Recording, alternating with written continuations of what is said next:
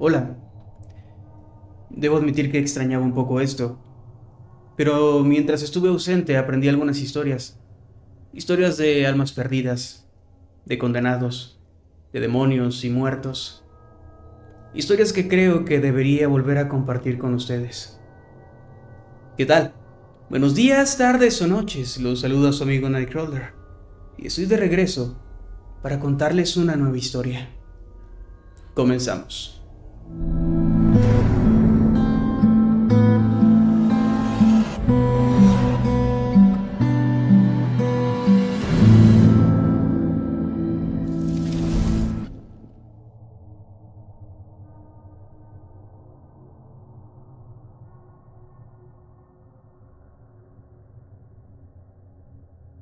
Era 1998 y mi padre nunca hablaba conmigo. Yo tenía 10 años y él había decidido que nos mudaríamos a las montañas de Sal, pues había conseguido un trabajo nuevo como asistente de contador en el pequeño pueblo de Corintia. Un trabajo tan divertido como suena, pero que nos daría lo suficiente como para subsistir ambos sin problemas. Jamás me consultó algo al respecto. Cuando le dije que sería difícil dejar a mis amigos, especialmente tratándose de mí, un niño que no era precisamente bueno socializando, su respuesta fue un simple «Estoy avisándote, no pidiéndote permiso».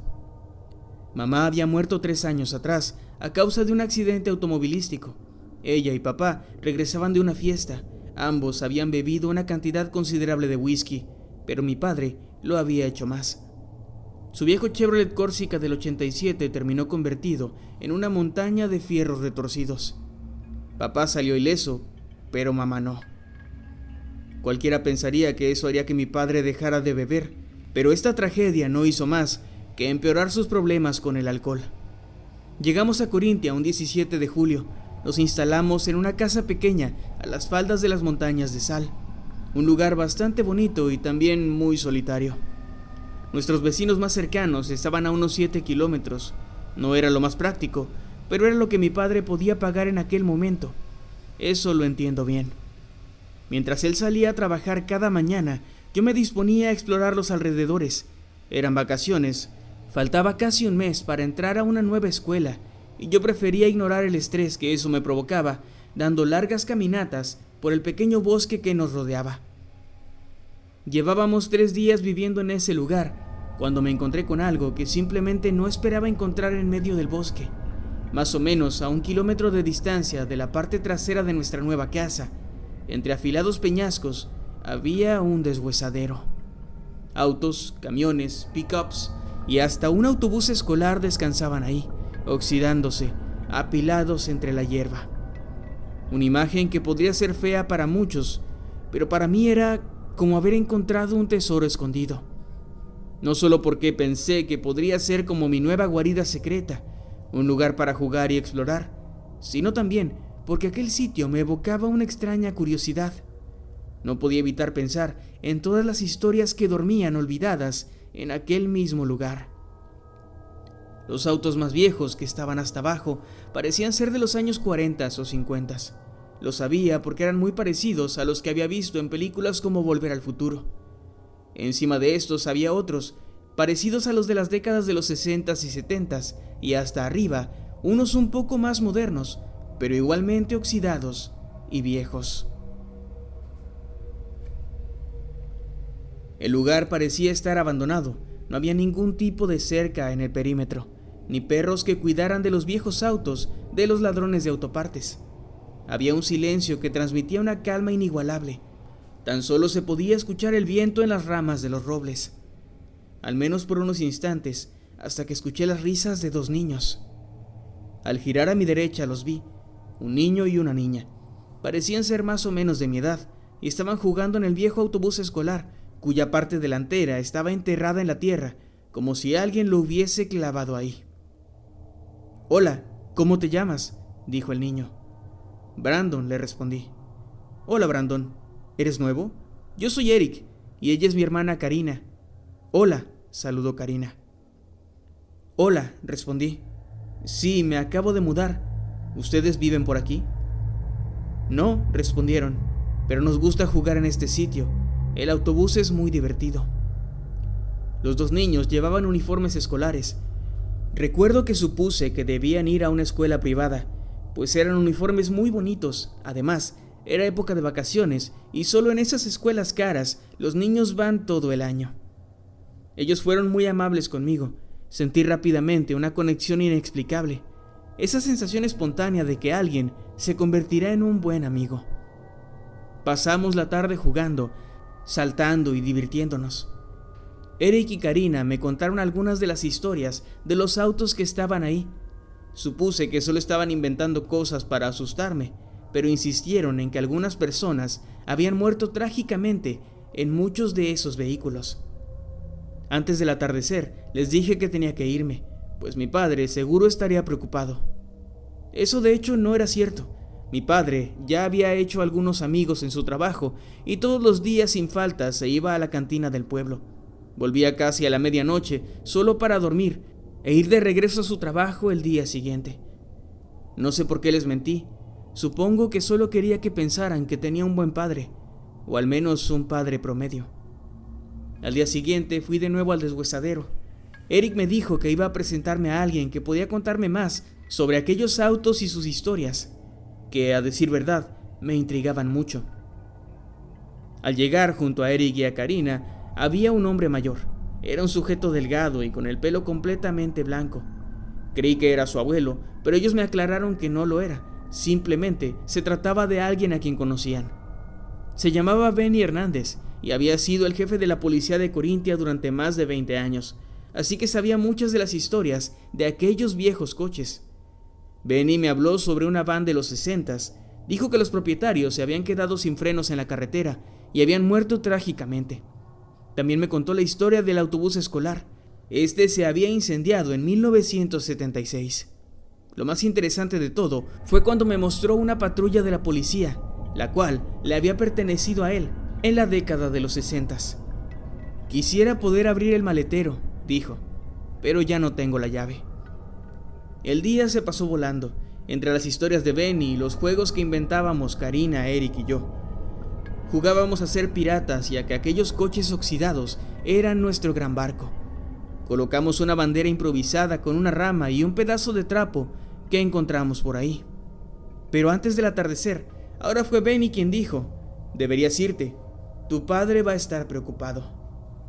Yo asentí con la cabeza, me despedí de ellos y caminé hasta mi casa, triste de no poder verlos sino hasta el día siguiente.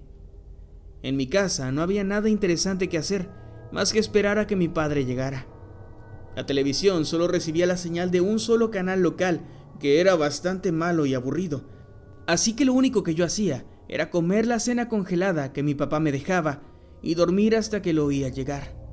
Durante los días siguientes continué yendo sin falta al deshuesadero. A veces Benny estaba ahí, a veces otros niños o hasta familias completas, con cámaras fotográficas y ropa vacacional.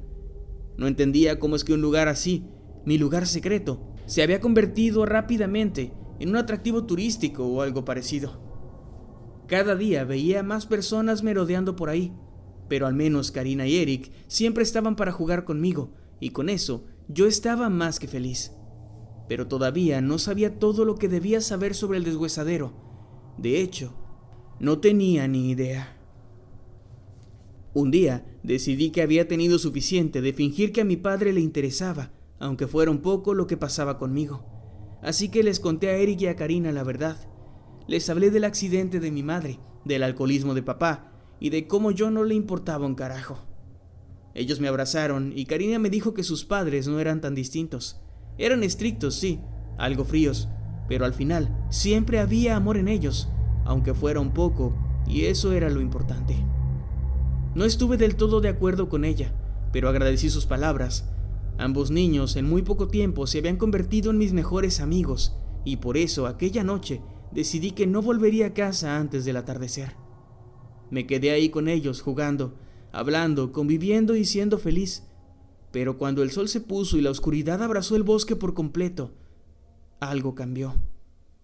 Estábamos jugando a las escondidas, cuando aún quedaba algo de luz. A mí me tocaba buscar, y mientras lo hacía se hizo de noche. Me asomé debajo de los autos y detrás de ellos. Trepé encima de un camión de carga y finalmente, con la luz de la luna, logré ver una silueta escondiéndose entre los asientos del viejo autobús escolar quemado. Cuando llegué ahí, encontré a Karina. «¿Me encontraste?», dijo riendo, y yo solo pude soltar el grito de horror más profundo y sincero que cualquiera haya escuchado jamás. Karina ya no era aquella niña de coletas con su uniforme escolar. Ahora era poco más que un cadáver andante. Huesos carbonizados que crujían al moverse, ojos inexistentes y una blanca sonrisa de calavera. «Y yo estoy aquí», gritó Eric, cuyo aspecto era igualmente aterrador y asqueroso. Ambos niños me miraron sonrientes. «Ahora te toca a ti esconderte», dijeron con voces entrequebradas. Salí corriendo del autobús inclinado, y mientras recorría los espacios entre los cascarones oxidados de metal, pude ver a Benny sentado sobre su antigua patrulla. Tenía las manos mutiladas, sus muñecas chorreaban sangre, sus ojos tampoco estaban, y una gran herida abierta se dejaba ver en su garganta y parecía respirar con un leve silbido. «Ayúdame», me dijo, «no puedo abrir el maletero». En ese momento caí al suelo tras tropezar con un volante suelto. Y mientras trataba de levantarme viendo hacia arriba, me percaté de algo. El lugar donde yo me encontraba, el deshuesadero, estaba al fondo de un enorme acantilado de las montañas de sal. Y ahí arriba se podían ver las luces de los coches que pasaban a toda velocidad. Había una carretera, y gracias a los faros de los autos, pude notar que en lo que parecía ser una curva muy pronunciada, con los barandales destrozados, había una fila interminable de cruces. El deshuesadero no era tal cosa, nunca lo había sido. Ese lugar, el fondo del acantilado, era un cementerio de autos que habían caído en algún momento por aquella pendiente. Después de mi macabra realización, me pude levantar para tratar de seguir corriendo, pero frente a mí estaban de nuevo Karina y Eric, con sus caras calcinadas y sus sonrisas involuntarias. Cuando el autobús se cayó, comenzó a incendiarse, y ahora no podemos salir de aquí, porque no nos encontraron como a los demás. Benny, a la distancia, insistió en su petición anterior. «Ayúdame a abrir el maletero. Yo no puedo hacerlo porque no tengo manos. Los hombres que me pusieron ahí me las quitaron». «Déjenme en paz», grité, y corrí tan rápido como me fue posible. Mientras me alejaba, escuché la voz de Eric. «No nos gusta la oscuridad», dijo. «Nos gusta el sol, porque nos hace ver como antes. La noche nos recuerda por qué estamos aquí». No pude evitar voltear hacia atrás. Entre los coches pude ver a hombres, niños, mujeres y ancianos deambulando, con heridas, cicatrices, sangre. Una imagen que me perseguirá por el resto de mi vida. Llegué a mi casa con el corazón casi saliéndose de mi pecho. Le puse candado a la puerta y aseguré las ventanas. Me encerré en mi cuarto, no sin antes encender todas las luces de la casa. Estaba temblando de miedo debajo de las sábanas sobre mi cama. Por primera vez en mi corta vida, deseaba con todas mis fuerzas que mi padre llegara a casa pronto. En algún punto me quedé dormido, pero el ruido de alguien tocando a la puerta muy fuerte me despertó. Pensé que mi padre por fin había llegado. Probablemente había olvidado sus llaves, pero no fue así. Al abrir la puerta, un joven oficial de policía estaba ahí, mirándome con ojos compasivos. Mi padre había sufrido un accidente esa noche, cuando regresaba de la cantina. Estaba muy ebrio, conducía a exceso de velocidad por la carretera. Su auto había salido del camino y había caído hasta el fondo del desfiladero. Su muerte, me dijeron, fue casi instantánea. Además, estaba demasiado borracho. No había sufrido. No había sentido nada. Fui adoptado por mi tía Mari y mi tío Antonio. Me mudé con ellos a Úric y cada noche durante los siguientes 10 años no pude evitar pensar en mi padre, en el deshuesadero, el cementerio de autos, en Eric, Karina y Benny.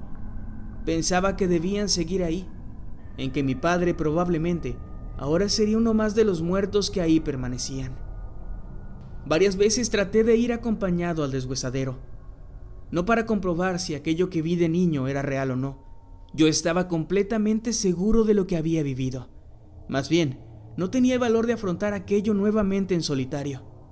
Sin embargo, pronto aprendí que cuando alguien iba conmigo, algún amigo al que lograba convencer, o algún familiar que no me creyera un completo loco, nada pasaba. Fue hasta el año 2008, ya siendo adulto, cuando me atreví a conducir solo por las montañas de sal hasta Corintia. Pasé por aquella carretera. Lentamente crucé por la curva de las cruces. Me estacioné a la orilla del camino cerca de donde viví con mi padre por breve tiempo. Caminé adentrándome en el bosque. Llevaba conmigo algo de herramienta, unas pinzas, un martillo, una pala, lo que pudiera necesitar. Al llegar al lugar, vi cuánto había cambiado. La hierba era mucho más alta, los árboles más grandes, y había al menos unos 30 autos más ahí, destrozados, quemados, muertos. ¿Para qué es la pala, señor?, preguntó una voz muy dulce. Era Karina, y Eric estaba con ella. Para liberarlos, le dije, pero antes debo hacer algo más. Caminé entre los autos buscando cuidadosamente. Recordaba el lugar, pero no con exactitud. Finalmente me encontré con Benny y su patrulla. Se había hundido cada vez más en la tierra con el pasar de los años. Estaba casi cubierta a la mitad. ¿Me podrías ayudar a abrir el maletero? Yo quisiera hacerlo, pero no tengo las llaves, me dijo el anciano. Claro que sí, respondí, y con la ayuda de la pala hice palanca con suficiente fuerza hasta que logré abrirlo. Dentro, un viejo uniforme de policía convertido en trapos roídos cubría los frágiles huesos blancos, casi hechos polvo, de un viejo servidor de la ley. Llevé esos huesos conmigo a mi auto y los coloqué en una de las urnas de madera que había preparado para aquel momento. Tantos años me habían dado tiempo de investigar un poco más. Benny Hernández, el jefe de la policía de Corintia, había desaparecido en el 68. Se creía que los miembros de una mafia lo habían ejecutado por no aceptar sobornos. En 1976, el autobús escolar de la escuela primaria de Corintia había caído al precipicio, incendiándose. Todos los niños y el conductor habían muerto, pero los cuerpos de 2 de ellos nunca habían sido encontrados: Eric y Karina Urrutia, de 10 y 11 años. Entendí que quienes no podían irse era porque literalmente sus cuerpos seguían ahí. Estuve buscando por el resto del día, encontrando huesos, ropa y demás pertenencias. Estaba decidido a liberarlos a todos, ayudarlos para poder salir de aquel lugar para siempre. Bajo mi teoría inicial, no pensé que llegaría a encontrarme con mi padre, pues él había sido velado y sepultado correctamente, por lo cual debía estar descansando en paz. Lamentablemente, mientras cavaba cerca del autobús escolar, escuché un llanto. Un hombre estaba llorando entre los hierros retorcidos de su coche. Era mi padre. Papá, no, tú no. No deberías estar aquí. ¿Por qué estás aquí?, le dije. Pero él no me reconoció, ni siquiera volteó a verme. Tengo que llegar a mi casa. Mi hijo va a estar preocupado, pero no encuentro las llaves de mi auto, decía entre lágrimas. No te preocupes, papá. Soy yo, Brandon, tu hijo. Estoy bien. Tienes que descansar. Tienes que ir con mamá, le dije al borde del llanto. Por mi culpa murió la mamá de Brandon, dijo. Por mi culpa está solo todo el día. Debe estar asustado. Tengo que volver a casa. Y entonces mi teoría inicial se vino abajo. Los muertos no estaban ahí por sus cuerpos, al menos no exactamente. Estaban ahí porque tenían algo pendiente. En el caso de los demás, ser encontrados. Pero en el caso de mi padre, o al menos así es como lo entiendo, él necesitaba el perdón, no el mío, porque yo lo perdoné hace mucho tiempo. Necesitaba perdonarse a sí mismo. Han pasado ya 14 años desde aquel día. Después de tanto tiempo he logrado liberarlos a todos. Bueno, casi a todos. Vengo cada semana, a veces cada 15 días al deshuesadero. ya no hay más muertos, pero mi padre siempre está ahí, llorando, solo. Murió hace ya 24 años e irónicamente, habla más conmigo ahora de lo que lo hacía en vida. Trato de hacerle compañía lo más que puedo, aunque solo durante el día. No me he atrevido a esperar a la noche, pues sé muy bien que entonces lo veré no como fue en vida, sino como dejó este mundo. Mi padre habla siempre conmigo, aunque no sabe que soy su hijo. Él me habla, sí, pero no me escucha, no acepta mis palabras, no logra perdonarse y temo que nunca lo haga. Temo que llegue el día en que yo muera y entonces él se quede solo aquí, atrapado en el deshuesadero.